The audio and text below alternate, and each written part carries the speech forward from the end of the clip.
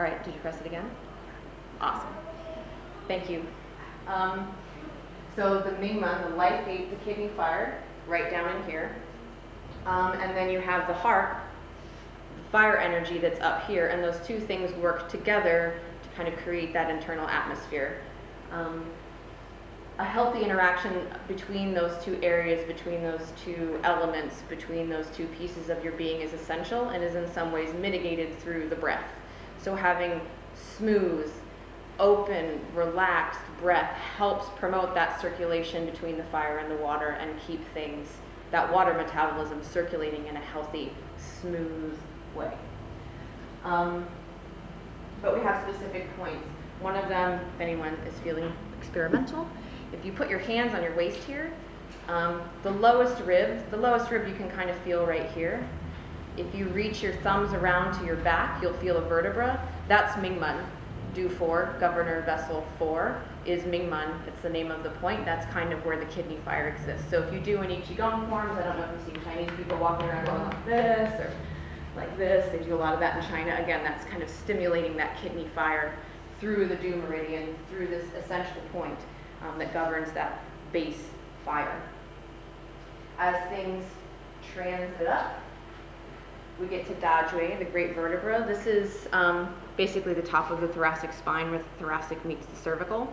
If you rotate your head left to right, you'll basically right at the root of the neck, if you do that, you'll feel there's one vertebrae that moves as you do this and one that stays fixed.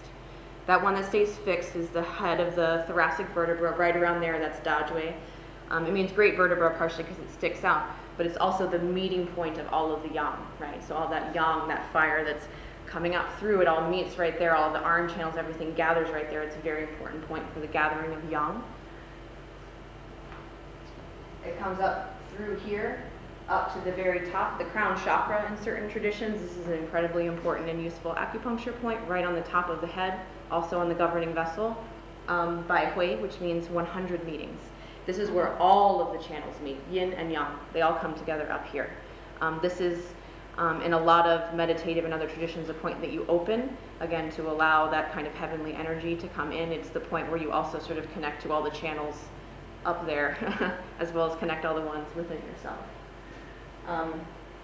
It's funny they list this. This is actually an extra point, but it is notably on the Du meridian. Yin Tang, the seal hall. This is right below, again, in certain Qigong traditions, you might call this the Yuan Shen. The original Shen, your original spirit and mind, is just above this point. One would never dare to needle right into your original Shen. That's like needling right into your soul. Why would we do that? So we access it through what we call the seal hall. It's like the secretary for your soul.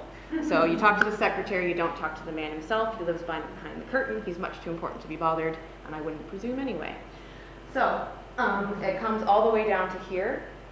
At this point, I think, it's not listed, I'm pretty sure it's called Du Zhong, man's middle. This is a great point for resuscitation.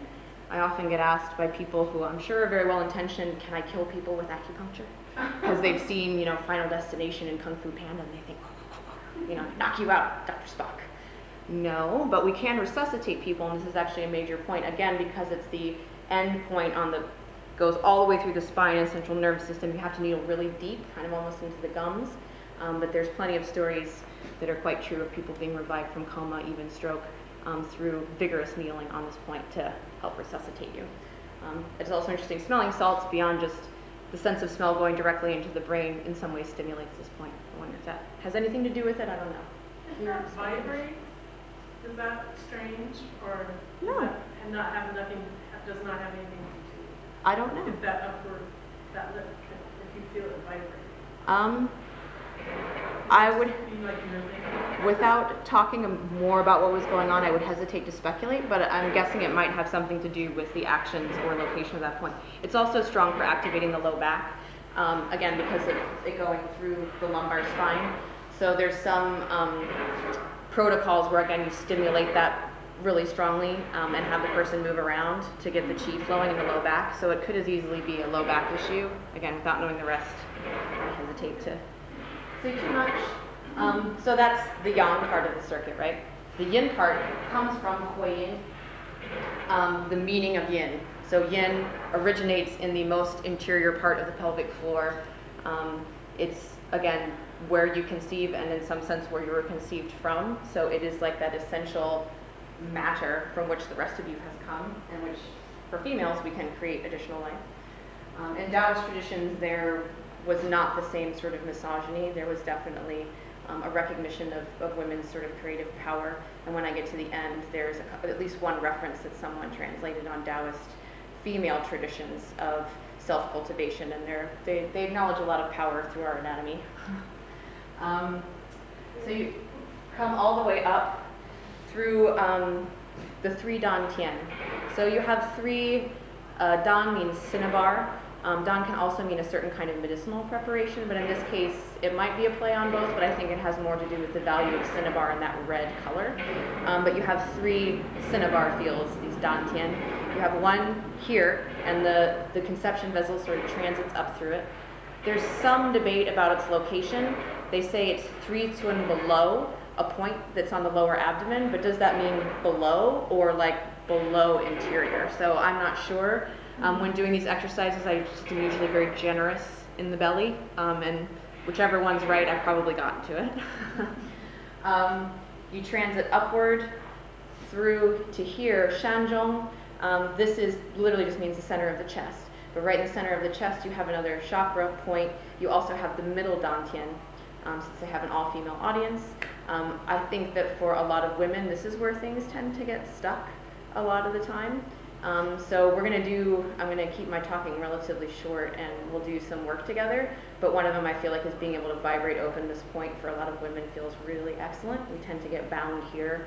That's something my QiGong instructor also resonated with, that for women this is often an area of issue. And then we transit all the way up to here.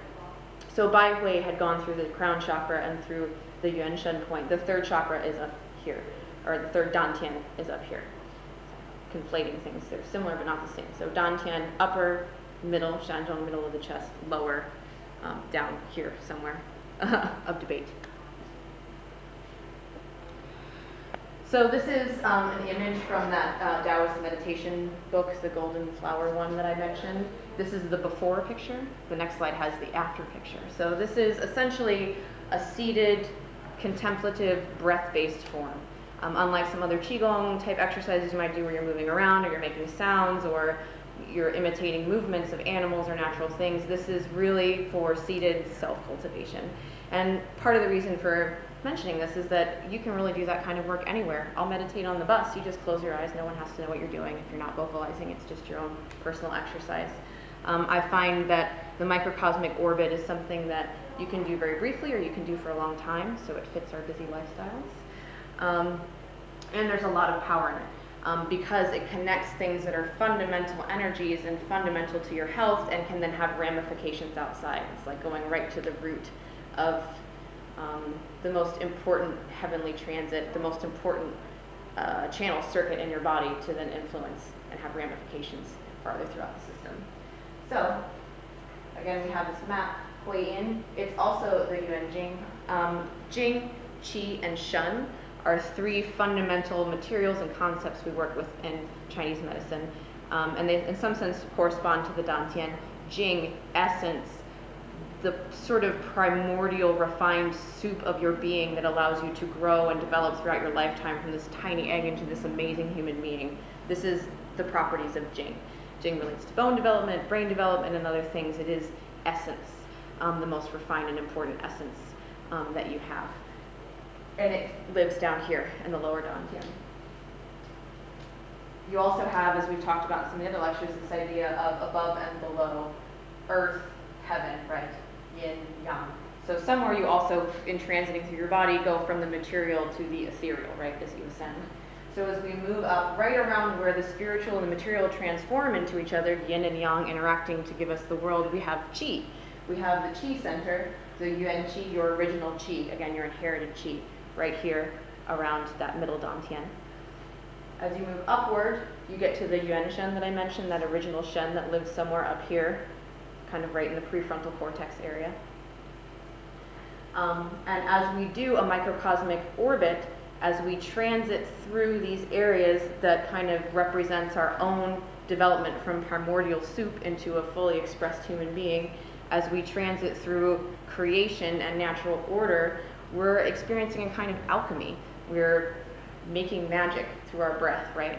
We're enabling through breath work and through visualization and access to the fundamental creative processes, right?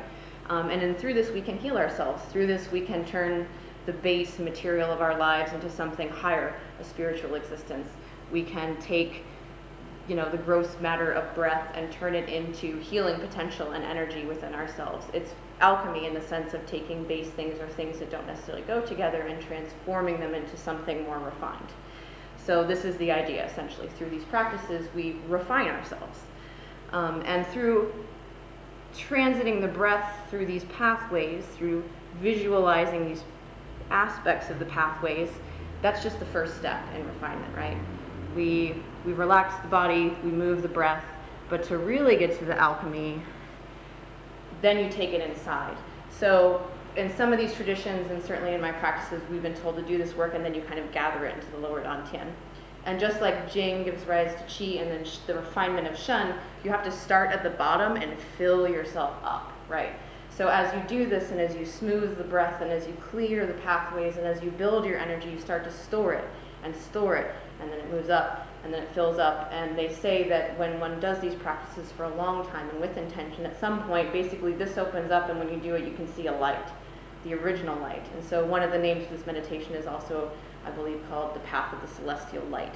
So as you do this over time, and you refine your energy and you build it up through the Jing, Qi, and Shen, at some point you basically obtain enlightenment. You see the mandala, you see the light behind your eyes when you do this. That's when you know you've gathered a lot of Qi, and it's very refined. And, you know, internal alchemy in the Taoist tradition was also towards longevity and immortality. So in certain traditions they would say that if you do this and you see that light, you know, you're on the path to immortality, you're going to live forever.